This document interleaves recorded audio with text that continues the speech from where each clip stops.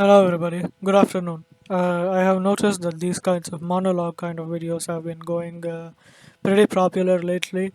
So I decided to make my own about my job quitting cycle and why I have been quitting jobs and what jobs I have quit, how much they paid me, this kind of thing. But before that, I'm going to drink some water.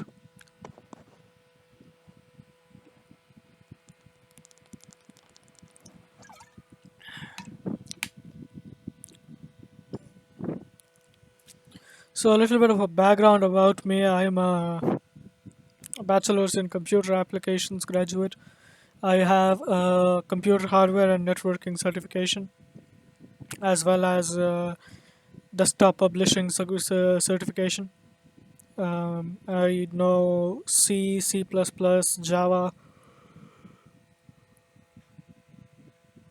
Python, and stuff like that. I've been diagnosed with ADHD, depression, and generalized anxiety disorder. So I live in Tumkur, Karnataka. I feel like if I mention that, I don't think anything would happen. So the reason I have been quitting my jobs is honestly the work environment and the people factor of the job itself, and also the it's not even the pay. Like I will work for like what 6,000 rupees a day if I really enjoyed the job. But the thing is that people at the workplace make the job incredibly frustrating to work at. So let me give you an example. At After I finished my diploma and all of these things, my dad said, "Hey, you need to get a job." So okay, I applied for a job at this place called. It was some kind of a rotoscopy printer kind of job. I don't remember exactly. Since I knew graphic design, I went there. What I was taught at my graphic design place is Photoshop, Corel Draw, and what else? A little bit of Nudi, which is what you use to type in Kannada, and Microsoft Word, Excel, stuff like that. Don't know why that was in a DTP, but it was in there. And I went there, and it was a really disrespectful interview because I honestly had never been to an interview before, and I had taken my father there with me, which is apparently a sin to do if you're going for an interview. I had no idea at the time. Bear in mind, this is my first interview. So, and then this guy just kept going on about how I have some character flaws where I am a quiet guy. Even his like the amount of skills that I have is something that his like 6 year old can do the same job, etc., etc. And I was like, okay. And then what he did was he gave us like a practical where we had to design something, and I asked, "Hey, what software do you want this in?" And he said, "Make it in Corel Draw and then make one in Photoshop." I made those, and I think to my standards they were pretty good. After that, he actually said, "Okay, that interview finished." My memory is really hazy on these because I have ADHD and I don't remember most things, especially people who are being idiots to me. Uh, you might think that I am coming off as an egotistical asshole in this video, but I don't really care. I'm just highlighting my experiences here and how I felt about these things, and I am open to feedback. So if you think I what I did was wrong or something like that, do let me know in the comments. Let's talk about it. The graphic designer's job, and then he called back, and I said he called my dad back actually to get me there. There were other two or three candidates too. I think they didn't perform as well as I did, which is why he called me, and I said, I'm not coming there. because that guy, like, I told my dad this place is too far for me, but the real reason was that he was a disrespectful asshole. Like this boss was, he was going to be a bully. So I said, no, I'm not coming. And they like it's just this kind of sense I got from him. After that, I went to this place called Doctor Grow Center from Dr. Reddy's Foundation. I got their training for what, about 2 months, and I had specifically said, like, told them, hey, I want a simple job that I can do with computers in Tumkur. And these complete numbnuts kept giving me jobs to do in Bangalore, which is something that I cannot commute to because I have sensory problems and I need like 9 hours of sleep. And like if I go to Bangalore at like 6 a.m., like if I have to go to Bangalore, I have to wake up at 6 a.m. Okay, I will wake up at 6 a.m. and then I will reach Bangalore at what, 8 a.m., 9 a.m. My job starts at 9 a.m. Let's say that 9 to 6 I work, and after 6 o'clock, let's say after 6 o'clock I return home at like what, 9 p.m. because of like bus rush, and there's going to be a lot of people in the buses and trains and everything like that because a lot of people are doing the exact same thing that I am doing. Okay, no problem. Inhumane traveling conditions, no problem. I'm just going to go back home at 9 p.m. But here's the scenario for you. My job technically says 9 a.m. to 6 p.m. But they say, hey, today you have to do OT until 8 p.m. I'm like, okay, I will do OT. And then, do I have a train from Tumkur to Bangalore at 8 p.m.? No. Do I have a bus from Tumkur to Bangalore at 8 p.m.? Maybe. I hop in that bus, I come to Tumkur. At what time? 12 a.m. Because it genuinely takes that long for me to come to Tumkur. And when I come to Tumkur at 12 a.m., I go to sleep immediately, or like I have dinner or whatever, and like I sleep at 12, 1 a.m. And then I have to wake up again at 6 a.m., do the same thing again. How is my sleep schedule like going here? Do these people really expect me to like just grind through their expectations? I'm talking about these grow center freaks, by the way. Do they expect me to just do that?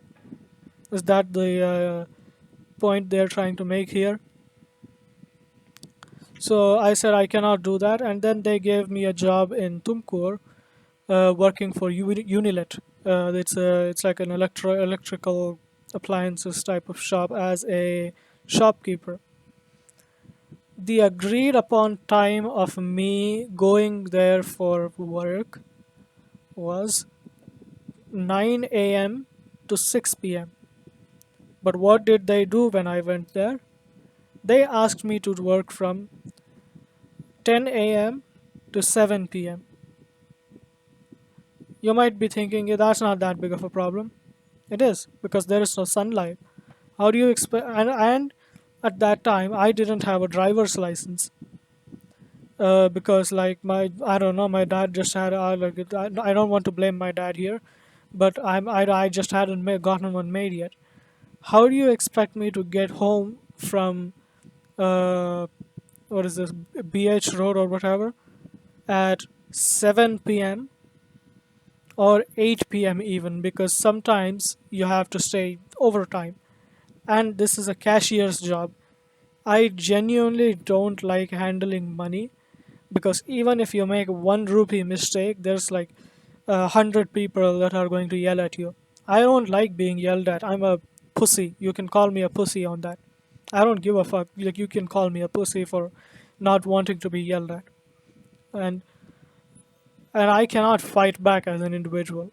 I've never learned how to. I don't know how to defend myself. So that's a problem that I had. After that, I went there for 2 days, and I'm a fast typer. I just like look at numbers and like okay, okay, I'm just typing, and this idiot manager is like, you're typing too fast. You're going to do a mistake instead of like you're going to write like 1 billion rupees instead of 1,000 rupees. This guy is like on my ass, micromanaging me, and I'm like, shut the fuck up, man. I'm trying to work here too. I'm learning. And I just like I told my dad I don't want to work here because like I can't come home. I lied there, and then I just came home, and then I started working like I just quit that job. After that, I started working for Tech Mahindra online, and that was complete hell because you had to work from 9 to like you had to work for 10 hours, 9 a.m. to 10 p.m. between that shift, and it was a weekly rotational shift, so you have to wake up at like first week you do this morning to evening shift, and the next week you do a night shift, and then the next week you do a morning shift, like early morning shift. And women, well, they don't have to work night shift. The guys, we have to work night shifts. I found that sexist. I can understand that like very like what do you call them, horny people will call women and harass them, but why how come we don't get any kind of concession for that either as guys? Are we just supposed to get fucked in the ass raw? So I found that unfair, and then I just quit that job. After that, I went to a graphic design job where like this guy has a shop doing for me to do graphic design, and he didn't train me on anything. He just said, okay, this is the computer, and if someone comes to the shop, just call me. Okay, I'll do that, man. And someone came in, and then I'm like, okay, I will call my boss, please wait. And then I called him, and then he started being like, oh, you can't manage this kind of guy, blah blah blah. And the job was from uh, 10 a.m. to 7 p.m., and he was paying me 5,000 rupees a month. How is that fair? On top of that, he was being real, like his rudeness that I have to manage for 5,000 rupees. I just left. I just told him I can't work here, and then I left. After that, I went to this place called Security Point in Tumkur. This was a place that installed CCTV cameras and stuff like that. It's a great, people are amazing, but I got bullied there at the workplace by this guy, and what he did was he would he would be very rude, and like he would just like start attacking my character out of nowhere, and then he would comment on my mustache, and like he would just try to like micromanage me out of nowhere for no reason. And every time I brought this up with my manager, like, hey, he is doing these things, can you do something about it? My manager would just laugh it off. So I just said, fuck you then. I'm not coming to this workplace, and then I just left there. And this place was paying me 8,000 rupees a month. After that, I joined a graphic design place, which was ready to pay me 10,000 rupees. And this was a shop as well. The manager there, or like the shop owner, was an incredibly rude person. Like he would just berate you for every single misclick, mind you, misclick. Like you open an email wrong, he would just be like, "Yo, you're an idiot. Like, why you can't open an email like properly? Like, why are you?" Like, I just can't bear that kind of disrespect. So I just left that place, and then I joined. This was my recent employment, IT desktop support engineer. In this job, what I had to do was in the government office. I was a contractor. I was not a contractor. I was working under a contractor to provide uh, systems care. This is a job that I would typically enjoy. What I didn't enjoy was the people. like in the job, what I had to do was, so this was an example that happened that made me quit this job. What would happen is you have to go, like I had to talk to this commissioner, and I went to this commissioner had opened a ticket, and I went to the commissioner's office and asked what the problem was. She said this computer needs replacing, that a person in the next room has the computer that needs to be replaced.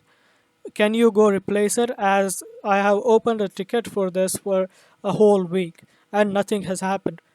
I wanted to help this commissioner so bad, and I said, "Okay, madam, I will go and check out what's going on." And then I called my L2 guy, and I said, "Hey, this is the problem," and he said, "Okay, replace the computer." And then I went to the place where I had to take the computer from the this woman's room, and this woman was like, "I have no idea what you're talking about." So I call my L1 L2 guy, and he is like, "Okay, just put the ticket on hold, and I will see what to do." And then I went to the commissioner's office, and I because I wanted to take my bag from there, and I said to the commissioner, "Hey, I opened this like a ticket, and my L2 guy will come and check." And well, the commissioner got angry, and she started being like, "What is happening? Blah blah blah blah. Call this guy called Hanumantaraj." I have no idea who this guy is. My L2 guy isn't this guy at all, and he, like the commissioner herself, calls the L2 guy, like the Hanuman Raj guy. He says, "Replace the computer," and I'm like, "Who the fuck are you?" I have no idea who this guy is. So I just said, "Okay, I will have the computer replaced," and I grabbed my bag and I came home. The next day, I went there and I gave them the tools back, and then I just came home, and I had to lie to them saying, "I'm going to be admitted to a psychiatric hospital because my sleep is going bad." Because I didn't even know what the fuck was happening there. So this is the reality of being a neurodivergent person in a tier 2 city like Tumkur. Everybody treats you like shit. The best thing that you can do here is to kill yourself. I hope you had a good time watching this video, and please answer in the comments thinking whatever you think was the right thing to do. And yeah, let's just talk about things.